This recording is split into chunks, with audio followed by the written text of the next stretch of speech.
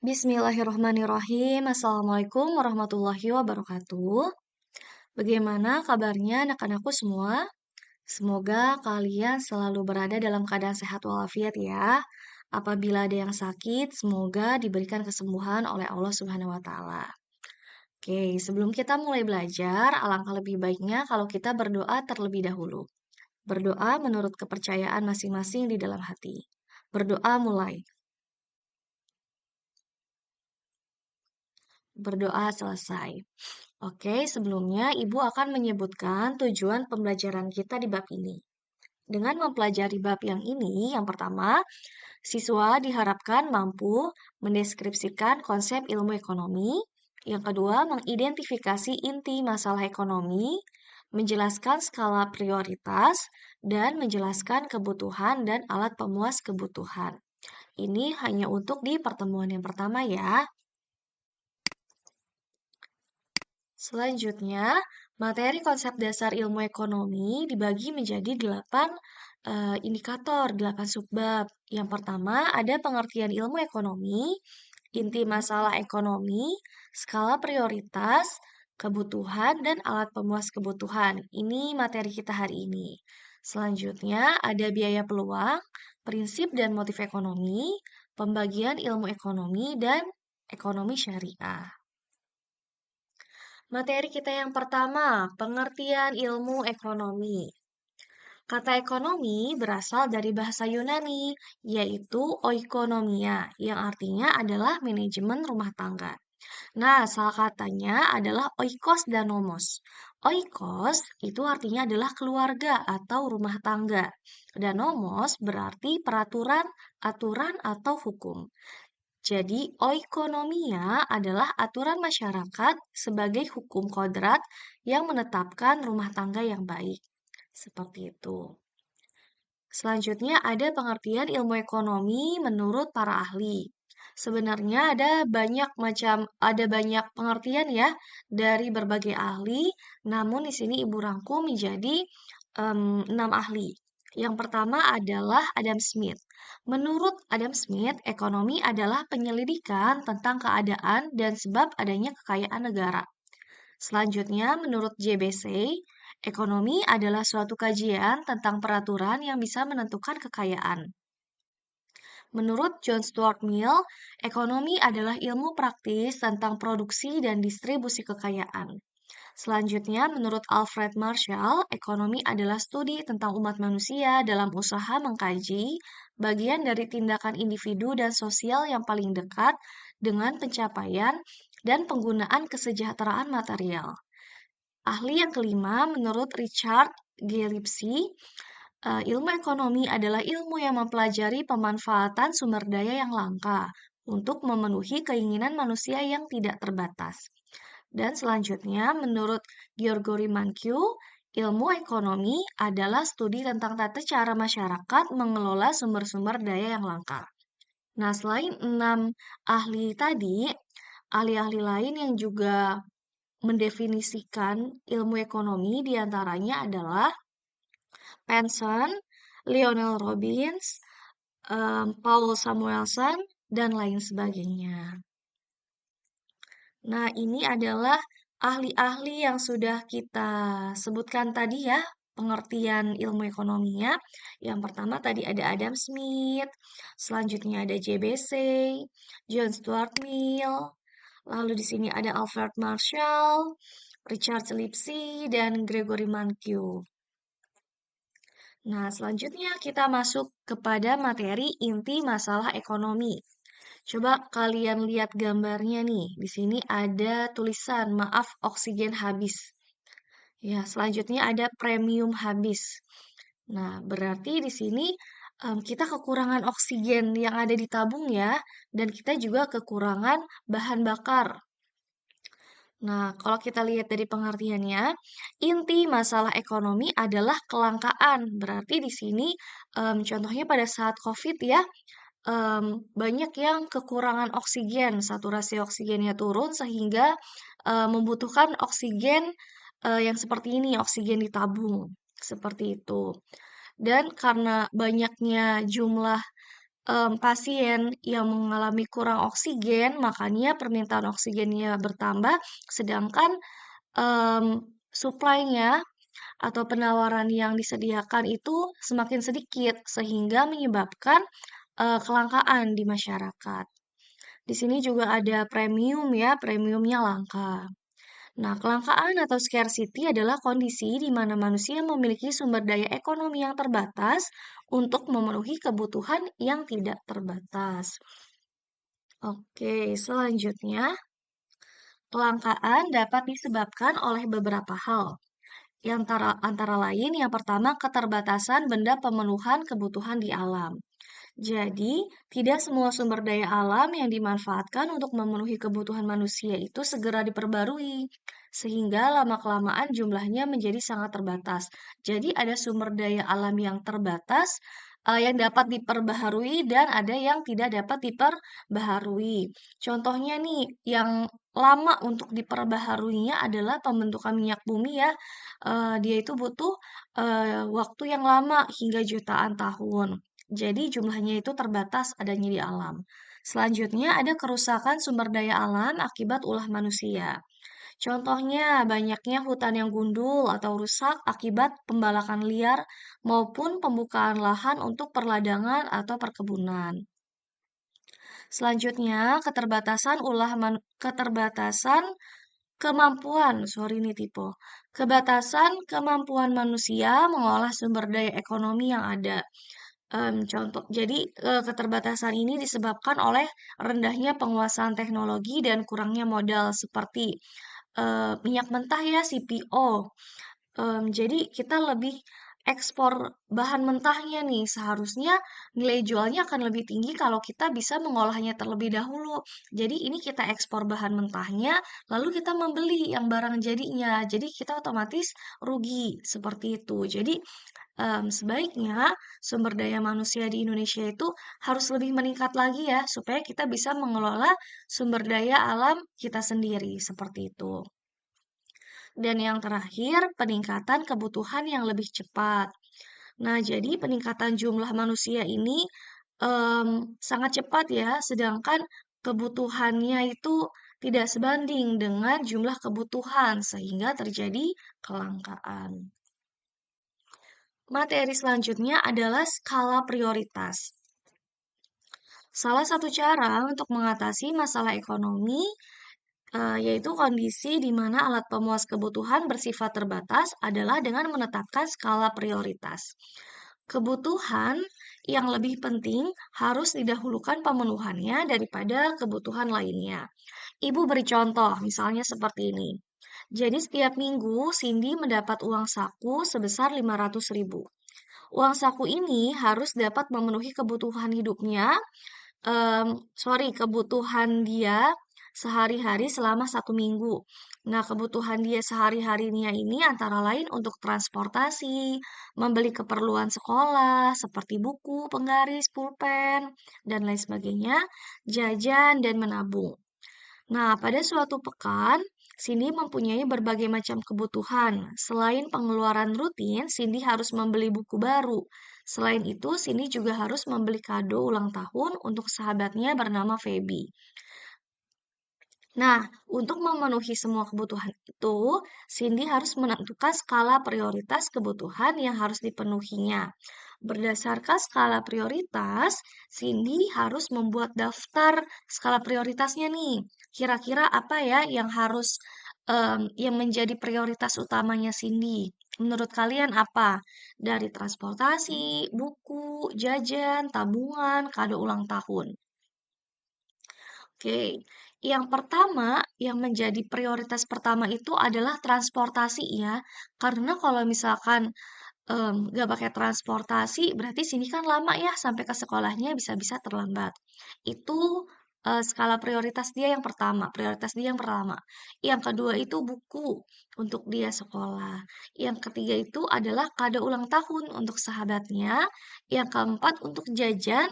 Dan yang kelima, kalau masih ada sisa, boleh untuk tabungan. Seperti itu. Selanjutnya, kebutuhan dan alat pemuas kebutuhan. Jadi kebutuhan ini dikelompokkan menjadi 4 ya. Yang pertama, kebutuhan berdasarkan intensitasnya dibagi menjadi 3, yaitu kebutuhan primer, kebutuhan sekunder, dan kebutuhan tersier. Bisa dilihat di gambarnya. Kebutuhan manusia menurut kepentingan atau intensitasnya. Yang pertama, kebutuhan primer, bisa kalian lihat di sini. Ada sandang, pangan, dan papan ya. Jadi kebutuhan primer ini adalah kebutuhan yang paling mendasar dan harus dipenuhi oleh manusia. Kalau misalnya tidak terpenuhi, maka akan mengganggu kelangsungan hidupnya. Yang kedua, ada kebutuhan sekunder, yaitu kebutuhan berupa penunjang hidup. Kebutuhan ini bisa ditunda pemenuhannya setelah kebutuhan primer dipenuhi. Bisa kalian lihat contohnya di situ ada laptop, ada televisi, ada smartphone. Jadi ibaratnya em, kita harus memenuhi kebutuhan primer kita dulu ya, baru ke kebutuhan sekunder. Selanjutnya yang ketiga ada kebutuhan tersier.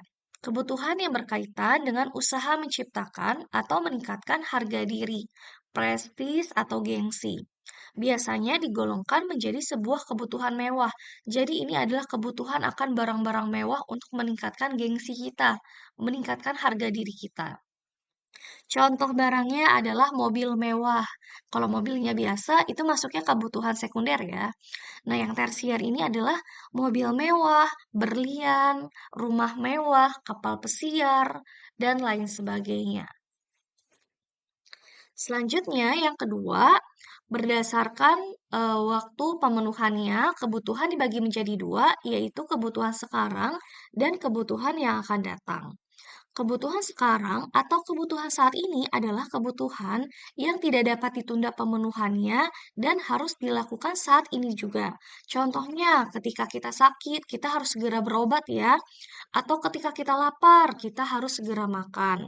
Selanjutnya ada kebutuhan yang akan datang atau kebutuhan masa depan adalah kebutuhan yang dirancang atau direncanakan untuk memenuhi kebutuhan kita di masa depan. Contohnya, kita menabung untuk membeli laptop. Contohnya, orang tua menabung atau mengikuti asuransi pendidikan untuk mempersiapkan biaya pendidikan anaknya kelak, seperti itu.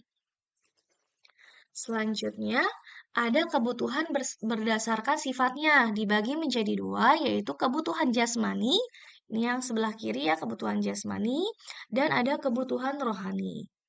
Kebutuhan jasmani atau kebutuhan fisik adalah kebutuhan yang berhubungan dengan tubuh manusia. Contohnya, makanan, pakaian, minuman, obat-obatan. Jadi untuk fisik kita ya.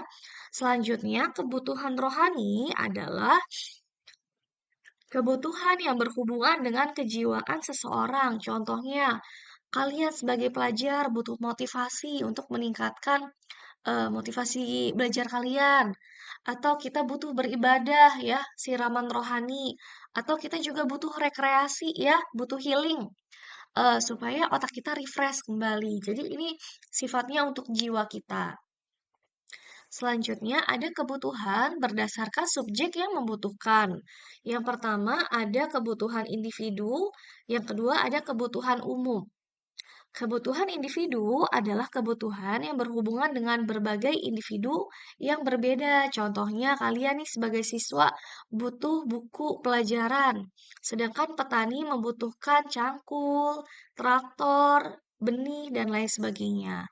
Jadi, masing-masing individu itu kebutuhannya berbeda-beda seperti itu. Kalau kebutuhan umum adalah kebutuhan yang berhubungan dengan masyarakat atau kebutuhan ini kebutuhan sosial. Contohnya nih ada jembatan, ada transportasi, ada jalan raya, dan lain sebagainya. Seperti itu ya. Nah, selanjutnya ada barang dan jasa sebagai alat pemuas kebutuhan. Untuk memenuhi kebutuhan manusia, diperlukan barang dan jasa.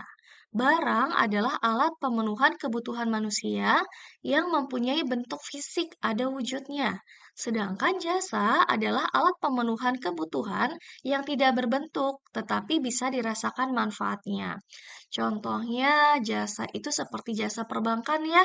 Dia nggak ada wujudnya, tapi sangat membantu kita untuk menyimpan uang kita, seperti itu. Jadi ini ada goods uh, versus service ya, barang dan jasa. Selanjutnya ada jenis-jenis barang. Barang dibedakan menjadi 6 ya. Yang pertama ada berdasarkan cara memperoleh.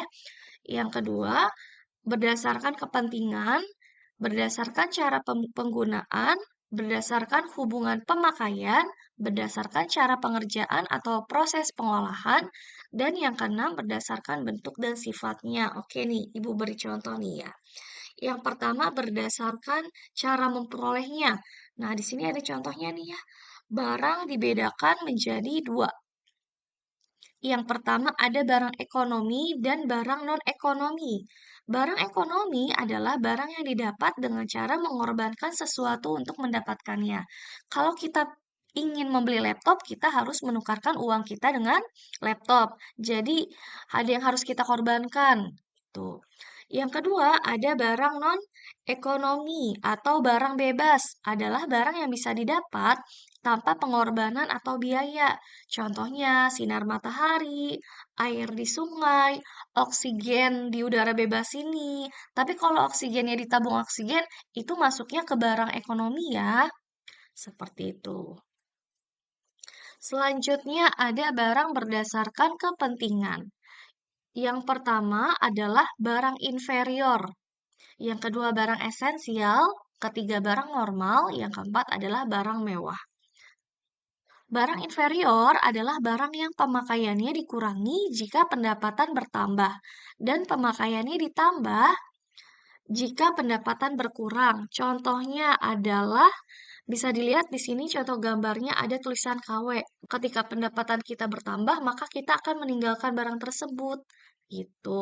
Contoh lain, contohnya seperti ikan asin. Mungkin ketika pendapatan kita rendah, kita akan membeli barang tersebut. Tetapi ketika kita pendapatannya naik, kita akan mengurangi untuk mengkonsumsi barang tersebut, akan beralih ke daging ayam, beralih ke daging ikan, misalnya ikan laut atau ikan mujair, ikan yang lain, dan beralih ke daging, misalnya seperti itu. Selanjutnya ada barang esensial. Barang esensial adalah barang yang sangat diperlukan untuk memenuhi kebutuhan dan permintaannya tidak signifikan dipengaruhi oleh tingkat pendapatan. Contohnya adalah beras, gula, minyak, sayur, ini sembako ya, yang pendapatannya sedikit ataupun banyak, permintaannya akan terus ada, seperti itu ya. Yang ketiga adalah barang normal, yaitu barang yang permintaannya bertambah pada saat pendapatan meningkat, dan sebaliknya. Contohnya baju, buku, laptop, dan lain sebagainya. Yang keempat ada barang mewah, yaitu barang yang berharga mahal dan dapat menaikkan status sosial penggunanya. Kayak tadi ya, barang apa namanya kebutuhan tersier ya. Contohnya adalah berlian, mobil mewah, kapal pesiar, dan lain sebagainya. Selanjutnya, berdasarkan cara penggunaannya. Barang dibedakan menjadi dua, yaitu barang pribadi dan barang publik. Barang pribadi adalah barang yang dimiliki dan digunakan oleh individu atau perorangan. Contohnya rumah, tabungan, mobil, sepeda, itu kan punya pribadi kita ya. Nggak semua orang bisa masuk ke rumah kita, nggak semua orang bisa pakai tabungan kita, seperti itu. Nah, selanjutnya ada barang publik, yaitu barang yang digunakan untuk kepentingan banyak orang atau masyarakat umum. Contohnya sekolah, rumah sakit, jalan, jembatan, dan lain sebagainya. Selanjutnya, berdasarkan hubungan pemakaian. Nah, barang dapat dibedakan menjadi dua nih, ada barang substitusi dan barang komplementer. Apa sih barang substitusi itu? Barang substitusi adalah barang yang dapat menggantikan barang lain. Contohnya ketika kamu tidak membawa pulpen atau tidak punya pulpen, kamu bisa menggantinya dengan membeli pensil. Selanjutnya, misalkan hmm,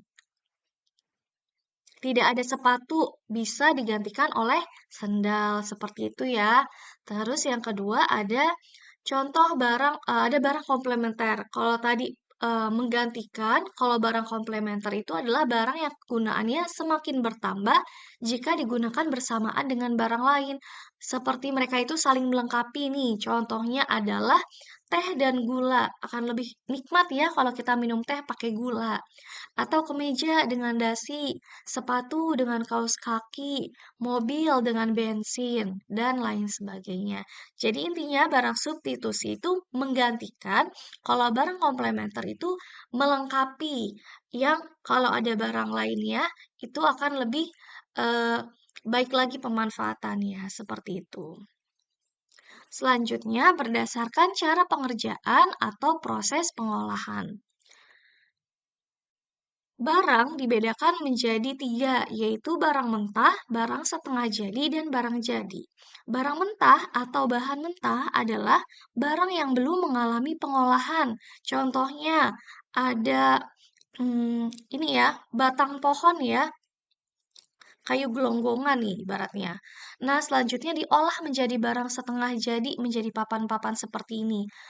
Lalu diolah menjadi barang jadi, menjadi lemari, menjadi kursi, dan perabot-perabot yang lain.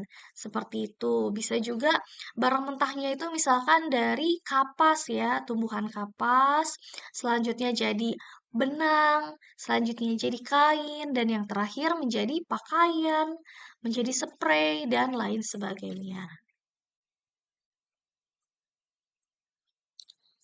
Oke, selanjutnya berdasarkan bentuk sifat.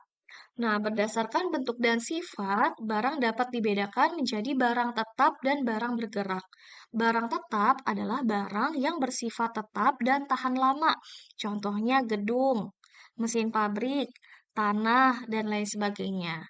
Nah, selanjutnya ada barang bergerak, adalah barang yang bersifat tidak tetap dan masa pakainya pendek. Contohnya adalah makanan ya, buah-buahan, sayur-sayuran, beras, bahan bakar, dan lain sebagainya. Lalu kita masuk ke pembahasan selanjutnya, yaitu kegunaan suatu barang. Menurut Bureau Everard dan Klein menyebutkan bahwa kegunaan suatu barang bagi manusia dapat dibedakan menjadi empat. Yang pertama, kegunaan bentuk atau form utility. Yang kedua, kegunaan tempat atau place utility. Yang ketiga adalah kegunaan waktu, time utility, dan kegunaan milik, ownership utility. Yang pertama ada kegunaan bentuk, form utility. Nah, kegunaan bentuk atau form utility adalah kegunaan yang muncul setelah suatu barang diubah bentuknya. Contohnya adalah papan kayu, cat, paku, dan pelitur yang diolah menjadi meja ataupun kursi. Jadi ketika bentuknya ini berubah, maka si barang ini akan lebih bermanfaat ketika bentuknya ini kita ubah. Selanjutnya ada kegunaan tempat atau place utility, yaitu kegunaan yang muncul setelah suatu barang dipindahkan ke tempat lain. Contohnya adalah pasir di pantai atau batu kapur di gunung akan memiliki nilai ekonomi setelah diangkut ke lokasi pembangunan di gedung di kota. Selanjutnya ada kegunaan waktu atau time utility. Adalah kegunaan barang ketika digunakan tepat waktu. Contoh, tabungan pendidikan yang telah disiapkan sejak jauh-jauh hari menjadi berguna ketika tiba saatnya membayar biaya pendaftaran sekolah. Seperti itu. Dan yang terakhir adalah kegunaan kepemilikan atau ownership utility. Adalah kegunaan barang yang muncul ketika barang tersebut telah dimiliki. Contohnya, laptop yang ada di toko akan berguna setelah pembeli membayar dan barang tersebut kita gunakan sehingga dapat kita rasakan manfaatnya. Seperti itu. Apakah bisa dipahami anak-anakku semua? Oke, untuk eh, pembahasan kita hari ini sampai sini dulu. Apabila ada yang ingin ditanyakan, bisa tanya ke ibu, bisa japri ke ibu ya, atau di grup kelas. Semoga pembelajaran hari ini dapat bermanfaat untuk kita semua ya. Terima kasih bagi yang sudah memperhatikan, bagi yang sudah menyimak penjelasan dari Ibu. Terima kasih. Assalamualaikum warahmatullahi wabarakatuh.